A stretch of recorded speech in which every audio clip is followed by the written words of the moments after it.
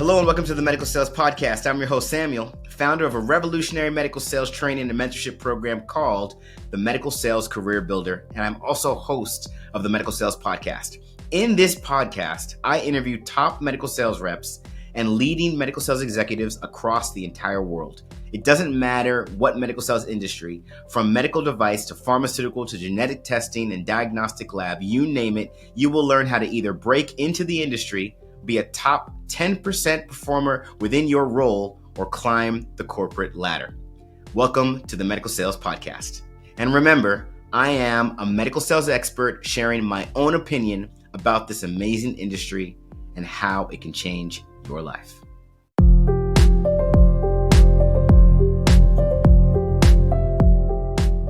Hello and welcome to the Medical Sales Podcast. I'm your host, Samuel, and today we have with us another special guest, and he goes by the name of Greg Olson. Greg is in, you know what? I'm not even going to spoil it. He works for Medtronic, huge company. You know how big this company is, and he does something very cool in cardiac rhythm management, but you're going to have to listen to the episode for the rest. So as always, do our best to bring you the most innovative professionals in medical sales, making things happen, and I really do hope you enjoy this interview. So my official title, I'm a senior district service manager. I work for arguably the largest device manufacturer, not only in the country, but quite honestly in the world. We're in over 167 countries.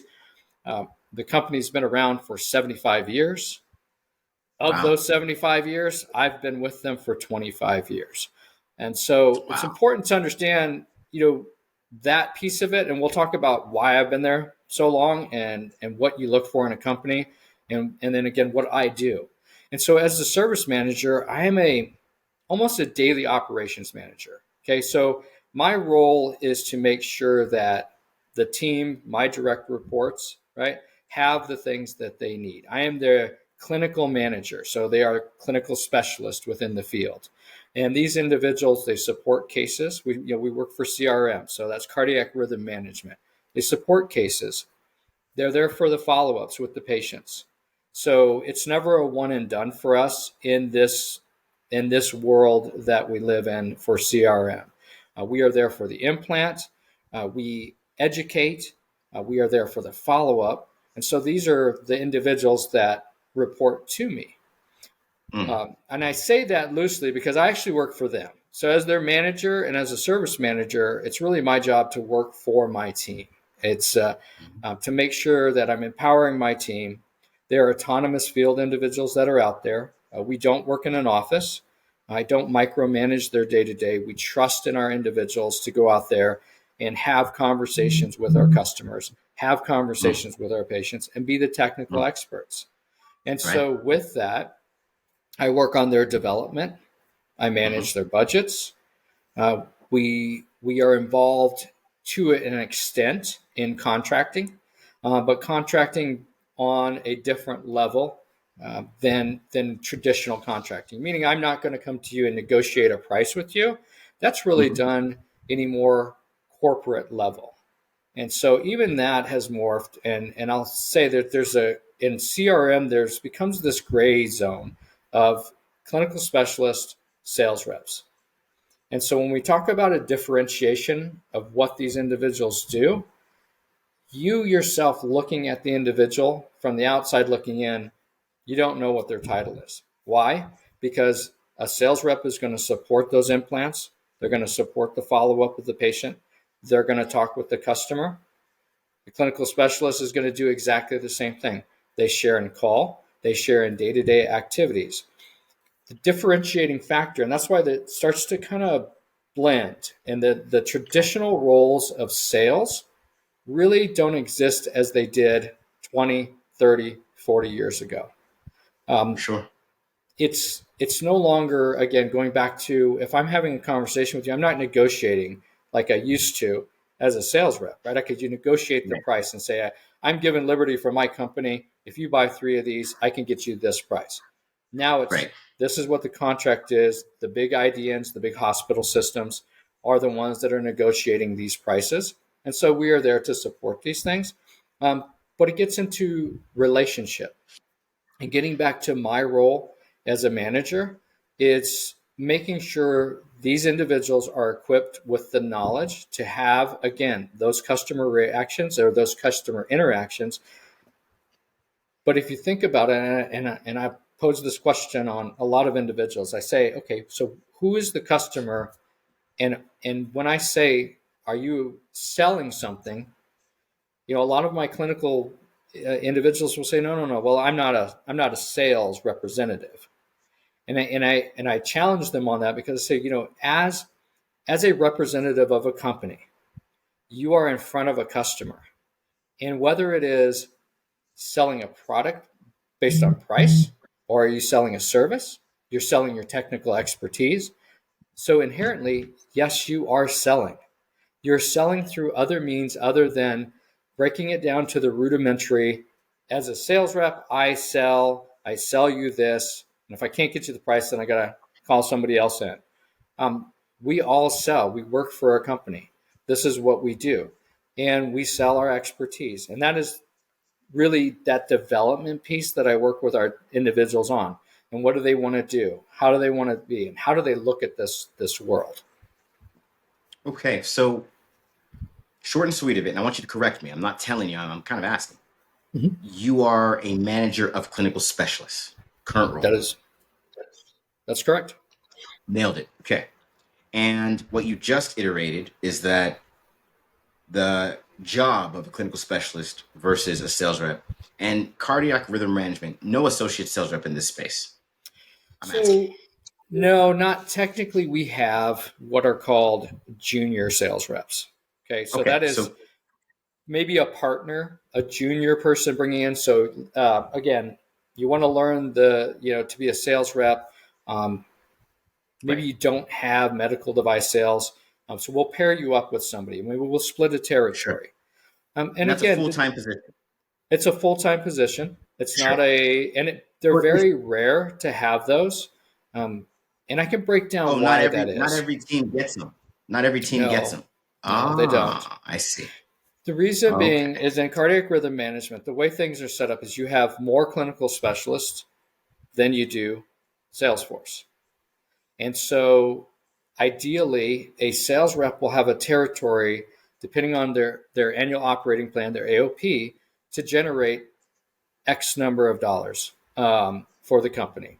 And that's how we get to our district-wide AOP, is we have these sales reps covering large areas, but they have a larger clinical team. So one sales rep will likely have 5 clinical specialists working with them on a team. So many hands make light work. And so when we do it this way, and again, when we talk about, I was talking about the gray zone of how you looking at an individual coming in to check it, you don't know what their title is. They could be the CEO of the company. All the patient knows is that you're a representative of the company. And so, but what it is the sales reps have I don't want to call it a target, but a number that they have to achieve. And that goes back to that territory. Let's say it's $7 million. So they have to drive and coordinate as the field leaders that team to achieve that $7 million. Given that myself and other managers are supplying them with the talented individuals to do the job, to cover the cases, to support the clinics, to educate on the products and services that the company provides. And so it is a very great working relationship that you have to have between your clinical team and your sales team, because you want unified messaging as well. No, you don't. Go ahead. No, I was going to say, you don't want, if you and I are on a team and we're trying to sell something or a product, and I'm saying one thing and you're saying something different, it creates confusion. And so part of what, again, my job is, and we have what's called technical field engineers as well, that do a lot of education, is to make sure we know products and services. How do these devices work? So we are all conveying a unified message, and we don't want to create confusion within our customers. We don't want to create discord or anything else. No, makes sense. Makes absolute sense.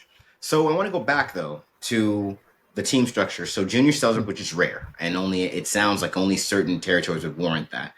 Yeah. But the normal setup is clinical specialist to sales rep, and actually a number of clinical specialists to sales rep.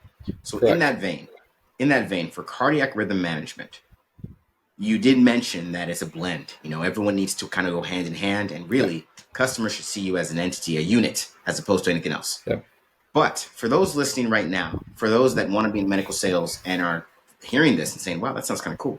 And for those that are in a different type of medical device sales and want to be in cardiac rhythm management, give us the differentiators between what does the sales rep need to have and not have versus what does the clinical specialist need to have and not have? So that's actually a great question, because this is where, if you are from the outside looking in and want to get involved in this, it's really important to really connect with those local CRM folks. And I'll say this because when someone does something very well, what do? They make it look easy, correct? You look, you see these things, and you're like, wow, that looks easy. Well, it's because they're doing it well. It makes it look easy, or they make it Sure. look simplified. Sure. To really do this, and the best way, most of the time when I'm interviewing, I'm a hiring manager, it almost sounds as if I'm trying to talk individuals out of doing this. But it's Right. being honest. So you have to be very honest with those that are looking to do this about what the CRM lifestyle is like. It's not a Monday through Friday job. It is a start in the morning, end when it's done in the evening. It is, eyes wide open when you're looking at this. Shadow, do ride-alongs. The best way to look at this is it is not a job, it's not a career, it's a lifestyle. There really is. This becomes a lifestyle that is very patient focused. And that is a very important thing to remember. Without the patient, we don't exist. The things that cardiac rhythm management does is we manufacture life-saving devices. So being patient focused and always keeping the patient in mind is why when you look at these roles, you have to say, is that my driving force? If you go into looking to join cardiac rhythm management, whether it's sales or clinical, and you're not patient focused, these types of roles will really eat you up. It's just a fact. You can start at 7 o'clock in the morning and may end up at 7 p.m. Maybe you start driving one direction and you get to your account and they find out that they rescheduled the case. And so now you have to go right back to where you started. So it's a very unstructured lifestyle. You miss certain things. You'll miss your own surprise birthday party because when there's a patient on the table, you don't leave. You're there. You're part of a team that's something bigger than you, the individual. Sure. So you can go to your birthday party anytime you want on another day.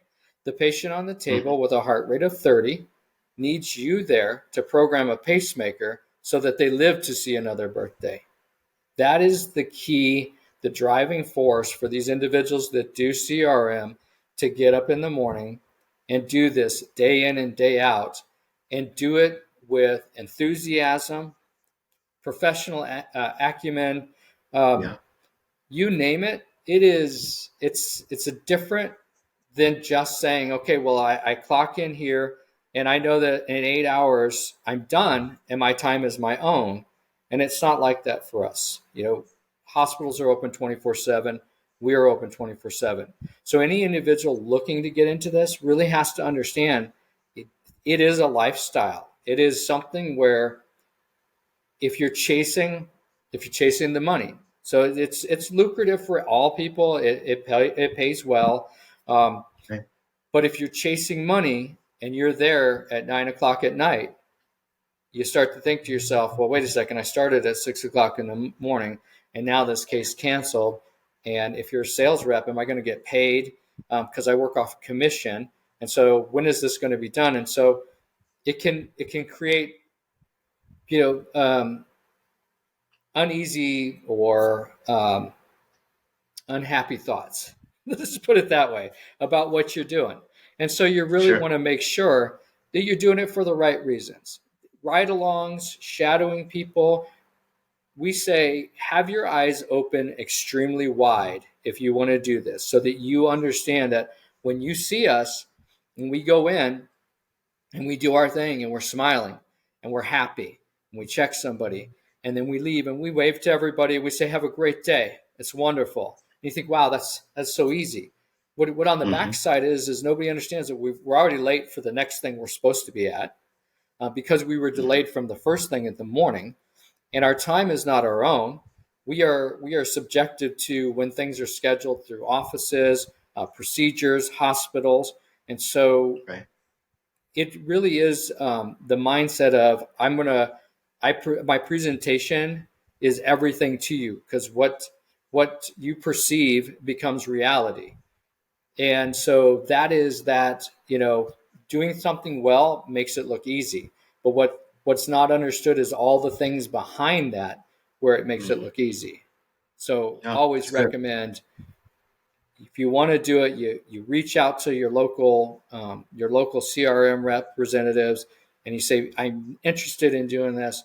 How do I get into it? I would like to shadow you for a day. I would like to, if Okay. you can you So, get me into procedures? Can you get me in front of, I want to see what you do. And I want to make sure this is something that my self understands. And then also, what does my family structure look like as well? mhm. And do they understand that there's a patient on the table? I'm sorry I missed dinner. Are they okay with it? No, I love that. You're right. You got to be very transparent and upfront with what this looks like, and are you willing to modify your lifestyle Yeah. if you're going to consider this space? But still, what's the differentiation though between the sales rep and the clinical specialist? Are you saying that you really can't have any differentiation, or are you saying a certain type of person would be a better fit for sales rep and a certain type of person would be a better fit for clinical specialist when it comes to cardiac rhythm management? So the question is really asking somebody. I think anybody who wants to be a sales rep, if they have the business acumen to do it, can do well. The differentiator though is a sales rep is going to have a number they have to achieve. And Sure. so their responsibility mirrors what a clinical specialist does in the field, plus.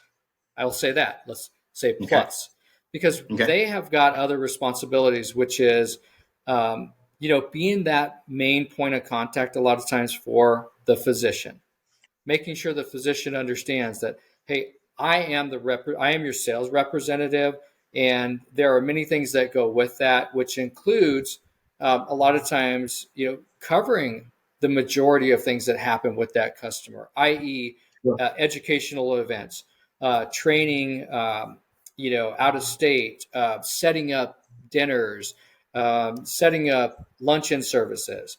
Whereas, and again, it's all about driving that to that number. That doesn't go away. I'll say low salary, high commission. Okay. So their salary is going to be smaller, and then they're going to work off a commission based on that territory. Okay. So, and then again, how do you define a sales rep? I'm not the first to say this, but to be a successful sales rep, go sell to somebody who doesn't give you business. Right. That's Fair. to be a successful sales rep. Mhm. Otherwise, you are maintaining your business, which isn't bad, but are you growing your business? So Mhm. if you're just supporting what gets handed to you or what gets called to you or what you're comfortable with your customers, you're maintaining your business, and that's okay. But again, a sales rep, their job is to grow the business. That means you're going to go out after somebody that doesn't Mhm. give you business, and it is your job to sell the product and features. Now, let's bring in the clinical team. So again, throughout the day, they're both carrying. They're basically, we call them these just big black bags that we carry around. All industry Sure. personnel carry these. We bring in the product, we bring all that stuff in. So if you see 5 individuals, male, female, walking down in the parking lot going into a hospital, I would say to you, which one's the sales rep, and you wouldn't be able to tell. You don't know, because they're all racing in to go do something. Could Sure. be different. Okay. It doesn't matter. They all carry the big black bag. They all carry all their product with them. But on the clinical side now, we look at a higher salary. and then a commission that's generally tied to a district and how a district performs. So I have all these sales reps contributing to the district overall goal, and the clinical specialists are really not tied to a specific territory, but are what's called a regional or a district asset. Okay. They are the universal player. They are the one that I can say to my team, and I currently manage all of Arizona and Nevada for clinical specialists. Okay. So I have a large territory. And so when these universal players, when I need them to hop on a plane and fly to Vegas to cover for a couple of days, I don't call a sales rep, because the sales rep has given territory, given number of hospitals, and given number of customers. And they're, again, going back to it, that's their world, that's their livelihood. The clinical specialists are their support network that help them reach all the many customers that they have, help them support the cases, help them support the clinics. And again, going back to, do they sell? Absolutely. Clinical specialists are selling their expertise. They're selling they do a lot of the training and education. We have clinical specialists that honestly have, I think, better relationships with some of our customers. And that's not anything against the sales rep. It's not anything for it. It's the human nature to say to someone, I really like this individual, right? Well, doesn't the clinical specialist spend more time with the sales rep anyway? Doesn't the clinical specialist spend more? Doesn't the clinical specialist spend more time with the physician anyway? So I would say it's about equal. And the reason I would say it's about equal is because we're supporting cases and we're there. And so is the sales rep. So they could be in two different rooms still supporting that implant. Again, the differentiator is on the sales side of it. I'm gonna say, and then my sales manager partner that also co-manages the same district that I do, he's going to say to his sales team, hey, I need you guys to make sure that you're out having dinners with customers to as we launch new products, really doing a one-on-one that the clinical specialists are going to more or less see them inside that lab setting.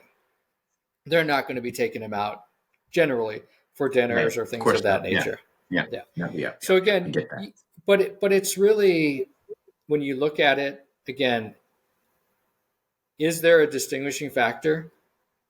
Only what we internally know, what that individual is doing. Again, looking from the outside, and unless there are sales reps that cover large territories that without the clinical team, they just wouldn't be able to do it. They would not be successful. One person can't cover such a large territory. I have clinical specialists in outlying areas that to the customer, they are everything. They are the sales rep. They're the clinical specialist. They're the field clinical engineer. They're the technical field engineer. They're their own manager. They are everything to the customer because they are 3.5, 4, 5 hours from their nearest person, and they manage that themselves. And so to the customer, what are they? A representative of the company. Right. No, it makes sense. Makes perfect sense. Okay. This was great. You really gave us a clear picture on what it looks like with cardiac rhythm management. Now, can you walk through surgery with cardiac rhythm management? What's the involvement? And you can choose to be the sales rep or the clinical specialist. But for all of those listening right now that have no idea what cardiac rhythm management is, besides the fact that the word cardiac is in it, break it down for what it looks like. What it looks like. I hope you're enjoying today's episode. And I want to let you know our programs cover the entire career of a medical sales professional. From getting into the medical sales industry, to training on how to be a top performer in the medical sales industry, to masterfully navigating your career to executive level leadership. These programs are personalized and customized for your specific career and background, and trained by over 50 experts, including surgeons.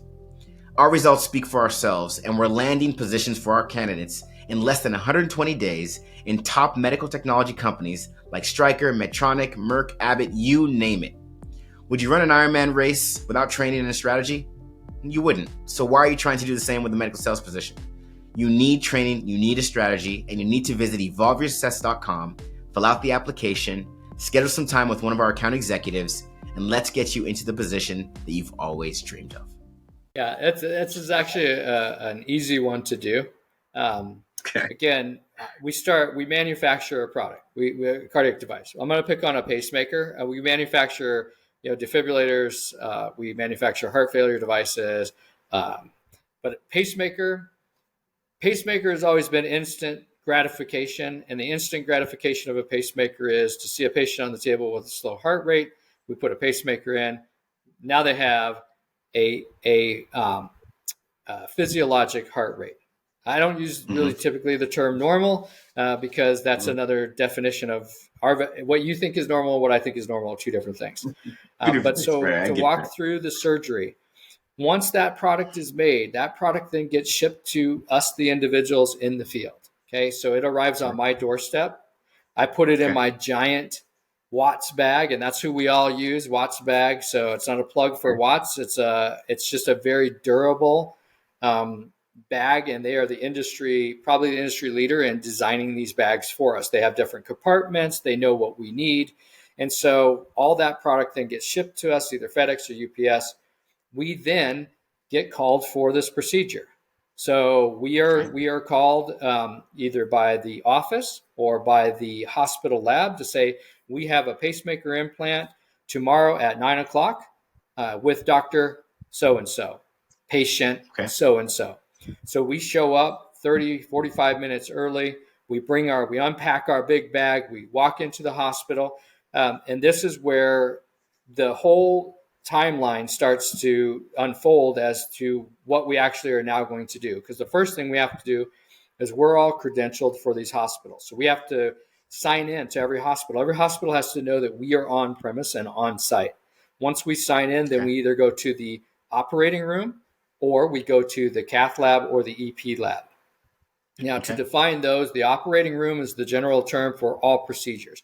Cardiac, so heart surgeries, knee replacements, you name it, that is surgery, that is the operating room. When we talk about a Cath labs are kind of blended units of, we have cardiologists who primarily work in Cath labs. We have electrophysiologists who work in EP labs. And a Cath lab could be a hybrid situation of EPs working there, or they have a dedicated, what we call an EP room for mapping and other things. So to break it down even farther for everyone, a cardiologist is somebody who works on the vessels of the heart. Okay, so they work on, and I'm speaking very layman's terms here, but they work on the vessels, and they make sure that the vessels or the pipes that feed blood to the different parts of the heart are open. Okay, that's what they do. They have catheters, they have stents, they have all these different things, angioplasty. That's a cardiologist. We do have cardiologists that also implant pacemakers and have been trained to do that, but it is primarily electrophysiologists to do, I would say, the bulk of that. So then you say, okay, well, what's an electrophysiologist? We don't know what that is. You told us a cardiologist is somebody who works on the vessels of the heart, the pipes, the plumber of the heart. Okay? Sure. So what does an electrophysiologist do? Well, they are the ones that deal with the electrical conduction system of the heart. So, the two go hand in hand. You can't have an electrical, if your plumbing's backed up, that's a problem. If your electrical's not working, that's a problem. And electrophysiologists focus in on the complex structure of those electrical signals that generate the heartbeat. We always talk about this. We say, what's the most important letters of the alphabet? It's PQRST, because that is, if you look up in EKG, the heartbeat. That's the P wave. That's the atrium. That's the ventricles. Those are the most important letters of the alphabet. That's what keeps you and I alive. That's what keeps everybody that's watching this alive. And so these are the electrophysiologists, and they are the ones that are generally putting in these devices. They're putting in the pacemakers, the ICDs, the BiVs. They're mapping, they're ablating, they're doing these things. And so now going back to what is my role there? So I've got my product. I've signed in. I know where I'm going. I'm going to the Cath lab. I'm not going to surgery. I'm going to work with this doctor. He's an electrophysiologist. We have a patient that presents incomplete heart block. So it's an abnormality, an abnormal heart rhythm where the atrium beats more than the ventricle. Okay, so it's very fast in the atrium. It's very slow in the ventricle. And so we need to put a pacemaker in. So we need to then return to what we would consider a physiologic state. Well, guess what? Now I'm the guy that brings everything in. I'm the guy, the gal. Mm-hmm. I'm the person that brings everything in for that procedure. And I set everything up. The physician then is the one that scrubs in. We do not scrub in. We are part of this team that's going to help this patient. There's an RN, there's a scrub tech. Likely there's going to be an anesthesiologist that's going to administer drugs to sedate the patient to make sure the patient's very comfortable. We have a nurse that's monitoring heart rhythms, and then we have the physician, and then we have us as that. And I'm going to get to this. We're a guest in that facility, right? So we're part of this team, but we're a guest in that facility. And so we are that expert with our product. And the physician then, they're the ones that are they make the incision, they gain access into the heart. We use what's called introducers. They are basically, in layman's terms, a straw that we put a lead through. So once the physician accesses the heart, we hand off this information. The physician then starts inserting leads into the heart. We have active and passive fixation leads. Some are timed leads, and those are the passive ones. I would say they look like little fins on an arrow. And then we have what's called active fixation leads, which again, for everybody listening, what does that look like? Is take a corkscrew for a wine bottle and look at that little helix. That's what we call a helix. That's what that looks like.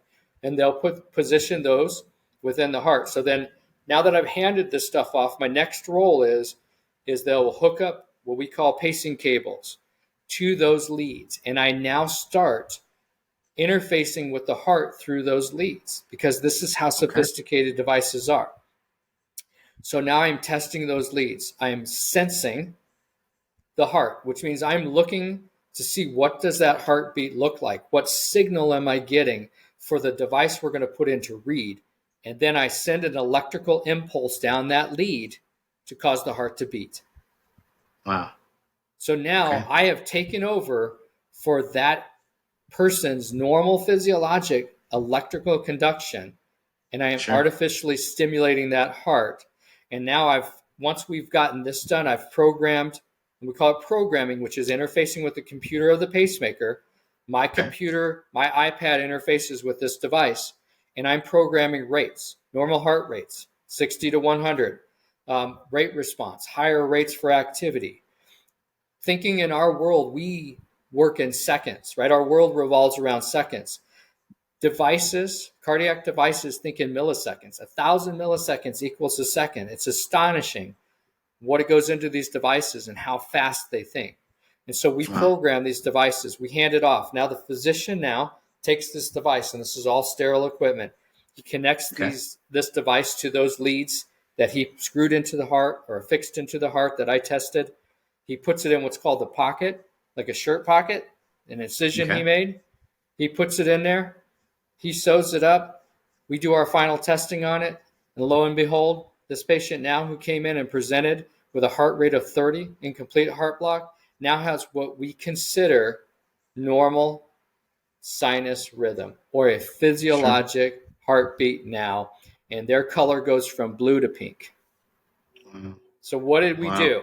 So this is what we did. This is why, going back to patient focus, what's the most important thing in that room at the time? Arguably, some will say, well, it's the physician. And I would argue and say they are extremely important, but why are you there? You're there for the patient first. Everything else, and that's why the physician is there, for the patient.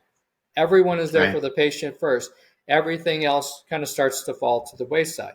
So that is what our role is. And then, then it's tidying up the paperwork, right? It's the billing. It's the making sure the patient has ID cards, making sure they have remote monitoring so that the clinic can monitor these patients for the next 10 to 15 years. Wow.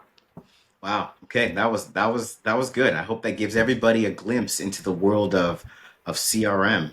Yeah. Um, okay, so you said something earlier about the lifestyle of this rep, Yeah. and hence why there needs to be so much focus on on the patient. With that being said, we're gonna get a little personal here, Greg. Are you a family Absolutely. man? Yes. How many kids do you have? One. Well, how old? He's 11. 11. Yeah. And are you married? Yes. Okay, so married family man with one child Yeah. with this demanding role that you've been doing for 25 years. So Yeah. there's a thing called burnout that's very Yeah. real in medical sales. You know what our company does. We help Yeah. professionals get into this industry, and one thing we have to spend so much time making sure doesn't happen is getting someone into a position that they're just going to burn out in 5 to 6 Yeah. months because they shouldn't have been there in the first place. So you got to find the right place. But you managed to find a job that for 25 years is Yeah. not a 9 to 5, have a child, and be married. How do you make it happen? How are you able to have this kind of career this long, even though you have these other responsibilities that require your time? Yeah. That's a great question. And it boils down to balance. So I don't use the term work-life balance because that's a skewed based on you, the individual, right? Sure, Um, sure. Fire. some people, their life is to work and they love what they do and they can't see doing anything else. Um, Right. you have to balance priorities, and there's a lot of competing priorities. And so you have to manage your time, maximize the things that you do, and understand again, it goes back to what is important. It's the patient. I used to go into call weekends and I would say this to my wife. It would be Friday morning and I would say, I'm on call this weekend. I'll see you on Monday.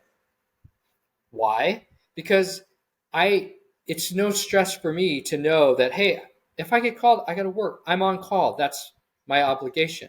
However, it gets stressful if I'm trying to get to a luncheon on Saturday, or if I'm trying to Right. get to a dinner and show up only to get called out because there's a patient in the emergency room that needs me. And so it is that type of balance and understanding that helps you kind of stay off that or push away the burnout.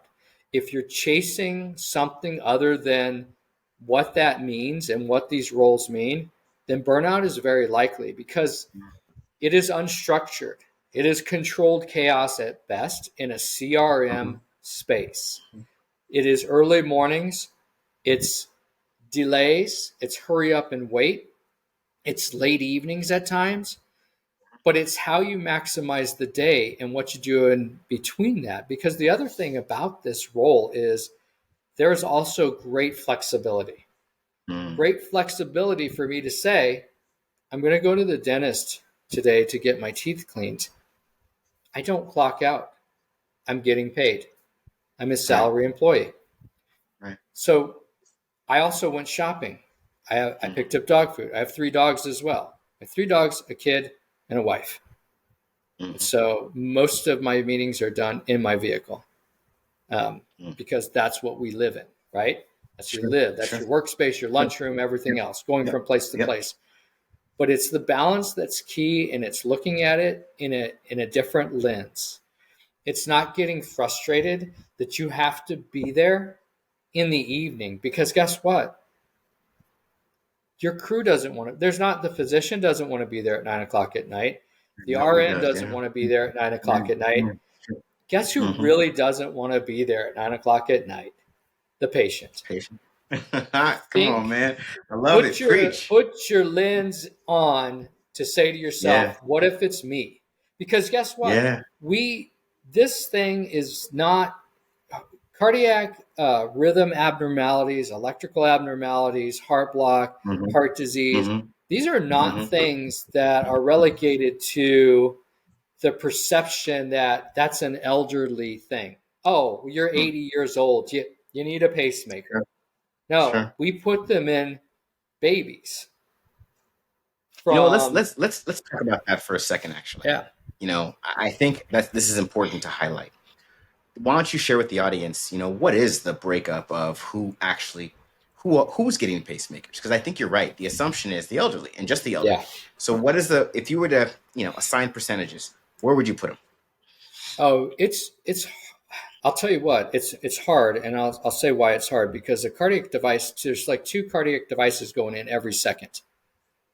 That's every second. Wow. Every this During this entire thing, you can break it In down the and U.S. calculate. In the U.S. Yes, in the US right now. Wow. That Wow. is how many devices are going in. And Wow. again, Okay. it's not a, like, it doesn't pick on a gender, a race, a population, a geography. It doesn't. Heart abnormalities that we put these devices in, it's not. Yeah, it doesn't pick on anybody. It is Wow. really, it is the universal. If you got a problem, you're going to get it, right? It's the universal. Everybody has an opportunity to have these things happen to them. I would say genetics play a role in a lot of this stuff. There are things, and electrophysiologists do this. There are testing they'll do that if a patient presents with a certain electrical abnormality, they'll actually test the entire family, because there are certain genes, Wow. genetic traits that predispose Sure. somebody Sure. to Sure. electrical or ventricular abnormalities, heart abnormalities, electrical abnormalities. And so to answer the question, is really hard to put it into a percentage, but it does Okay. affect. Okay. I will say the Everybody. youngest in my career, in my personal career, the youngest was an hour post C-section. We put a pacemaker in a baby. 1 hour post C-section, Mm. post delivery, to 103 Wow. years old. We put a pacemaker in this lady. 103. Wow. So, Wow. and then everybody in between, from the athlete, Sure. Sure. from the student, from the lawyer to the doctor, to, you name it. Um, yeah, we've done it. And that's the thing. Like I say in life, there's great equalizers in life. One of them, the great equalizer is the thing that none of us can stop, which is the process of aging. We could try, Mm. but we won't, Yeah. right? And the inevitable end, right? Whatever that may be. Those are Yeah. things in life that it's the great equalizer among all of us. And I would say that is true about electrical abnormalities, that I'm not worried that when I'm 70, I'm going to be like, oh my God, I'm 70 now. I might have to have a pacemaker, right? But the other side of that is looking at it again on a patient standpoint. These are cardiac devices that save lives. So we extend life. We extend the livelihood. 100 years ago, again, this company's been in our first base 75 years. So let's go back 100 years before the pacemaker. So I have to go really far. But if you think about it, 100 years ago, somebody died, and you said, wow. And let's say they were, 100 years ago, 60 was elderly, 70 was elderly, 80, 90. That was almost unheard of 100 years ago. Sure. And you said, what do they die from? Well, old age, right? Nobody dies really from old age anymore, because we have better diagnostics. So we diagnose what We you know died from, exactly right? what's happening. Yeah. Yeah, Yeah. we know why they died. And Right. so, but now when you look at that and you say, okay, well, now let's transport that thought into what cardiac devices do, and we extend the life, and people are living longer because of this technology. And that's the other thing. So going back to, how do you survive and do this for 25 years? How have I done this? And how these demands? It's the constant evolution of the excitement of new technology. We are not stagnant. The Imagine. pacemaker that, good. I actually wanted to ask you, 25 years, you've seen amazing innovation. I wanted Absolutely. to ask you, what is the biggest innovation from when you My started to today that you've seen? The biggest, so hands down biggest one. So the biggest one is when we took a pacemaker and we shrunk it down to the size that big, and it's implanted inside the heart. There's no external wires. There's not an external device. It is the size. So the way to equate it for listeners out there is, if you looked at a 9mm bullet, right, with its casing on and everything else, it's approximately that size. You can Wow. wear it as Okay. a Okay. lapel And pin. then So Okay, I got going one more back, question. yeah. One more question before you go back. One more question. So that's the biggest innovation in the last 25 years that you've seen. Fast That I forward 10 years. 10 personally years. that I Yeah, personally yeah, yeah. think is You personally. yeah. Fast forward 10 years. You know things, of course, and you're working on technologies Yeah. that no one here could even fathom. Fast forward 10 years, where do you think we might be where do you think we might be that the audience listening right now would probably just not be aware of? So it goes back to that when you go back to the very start of this and you say to yourself, a pacemaker was the size of a hockey puck. And I'm using terms that you can put your hands on a hockey puck, go Yeah. anywhere, Yeah. find a hockey puck. They were Mm-hmm. abdominally implanted because you couldn't put them in someone's Wow. chest. It would stick way Wow. out. Okay. Okay. So Yeah. we had these hockey pucks that were put in. And then now you as you go through this progression of time, they start getting to the size of like two Oh silver boy. dollars stacked on top of Yeah. each other. And Yeah. now we're to the Yeah. size of, the tip of my finger. That's 9 millimeter, right? It's it's Right. implanted in the groin. So where are we going to go? That is really a hard one to say because technology leapfrogs and things that and again, why I love this, things that we do now or things that we launch now, they've been working on for many years. Right. You have to get them to the FDA. So Yeah. what's going to be in 10 years is something we're working on right now. But guess Right. what? We're going to launch 3 or 4 things before that because every couple of years, technology, as wafer boards shrink, as things shrink, things get smaller. We are looking at different things for pediatric populations. We are looking at things that not only will extend your life, but these batteries are lasting longer and longer. I mean, the average, when I started 25 years ago, a good life on a battery for a regular pacemaker was 7 years. And Mm-hmm. so a heart failure device, And today, 15 years. Yeah, you're putting it in. And then one thing I'll say about that, and this is the caveat to everybody who wants to be a sales rep, is to think about this and think about why growth and why you have to go after the customer that doesn't give you business. So going back to what I said, what's the definition of a sales rep? Selling to somebody who doesn't give you business. In cardiac rhythm management, in this space, we get paid one time, the time the device goes in. That's when I can bill for it. We don't bill for the follow-up. So when I show up at someone's office and I check those 30 patients in that clinic, that work. Yeah. I got paid one time. Right. That was at the So you time better of want the to do implant. this. So guess what? Right. When I just said to you that it's going to last 12, 15 years, that's the next time we get paid on that individual patient, that one patient. Wow. So, No, just putting it that way really captures so why do you do this? Where you Right? need to be. Yeah. Why do you do this? Why do you do it? And again, I know we're coming up on our time here. And I just want to say I really appreciate you having me on. I love these Greg. topics. Absolutely. I love talking about this. Yes, you do. If you ever want me back, I'll gladly be back because I love to talk about this stuff. Come on. You know but what? 25 years ago, I got to tell you, when I got my start, why I got my start in this and why it's been such a passion and why people succeed at this and why there's such longevity is because of this whole mindset of that patient and everything we do in the technology. And I'm never stagnant. I have to learn something new. We come out with something new. I just learned this and I feel really good about, presenting it. But guess what? Now we added a new feature, something to help the patient. Right. Now let's go talk about it.